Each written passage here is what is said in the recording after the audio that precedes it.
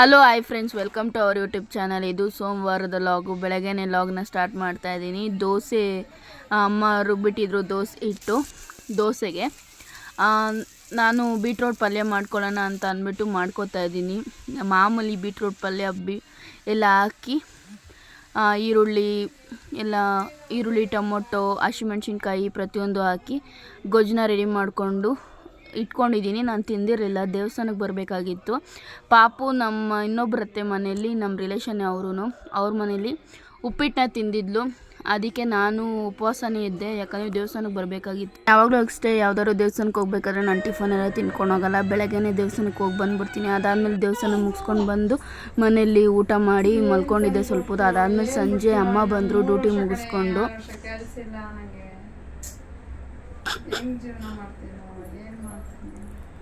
ಇರತಕ್ಕ ಮಜಾ ಮಾಡೋ ಪ್ರಜ್ಞಾ, ಏನು ಮಾಡಕ್ಕಾಗಲ್ಲ.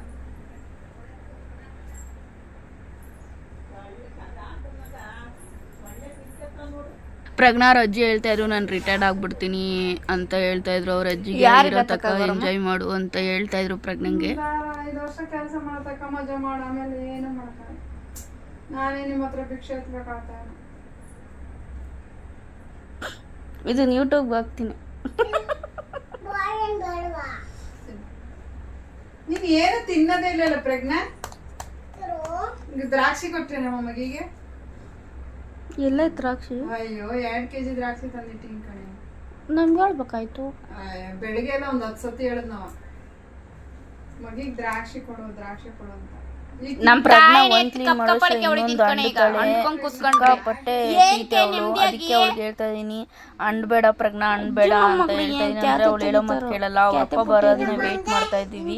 ಅವ್ರಪ್ಪ ಇವಾಗ 5 ಗಂಟೆ ಟ್ರೈನ್ಗೆ ಹತ್ತಿದ್ದಾರೆ, 9 ಗಂಟೆಗೆ ಬಂದು ಇಳಿತಾರೆ. 9-9:30 ಆಗುತ್ತೆ. ವೆಯ್ಟ್ ಮಾಡ್ತಾ ಇದ್ದಾರೆ. ನೋಡಿ ಫ್ರೆಂಡ್ಸ್, ಅವ್ರ ಅಜ್ಜಿನ ಹೆಂಗೆ ಕರ್ಕೊಂಡು ಹೋಗ್ತಾಳೆ ಕೋಪ ಮಾಡಿಕೊಂಡು. ನನ್ನ ಗದ್ರಿದ್ದಕ್ಕೆ ನೋಡಿ ಎಷ್ಟು ಕೋಪ ಬರುತ್ತೆ ಈ ವಯಸ್ಸಿಗೆ. ಅದಾದಮೇಲೆ ಅವರಪ್ಪ ಬಂದರು, ವೆಯ್ಟ್ ಮಾಡ್ತಾಯಿದ್ರು.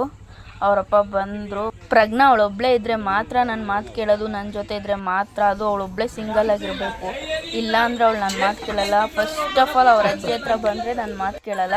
ಇನ್ನು ಅವ್ರ ಅಪ್ಪನೂ ಬಂದರು, ಇನ್ನು ನನ್ನ ಮಾತು ಕೇಳಲ್ಲ, ನನ್ನ ಜೊತೆ ಸೇರಲ್ಲ ಅವಳು. ಖುಷಿ ಅಕ್ಕ ಇಲ್ಲವ ಒಂದು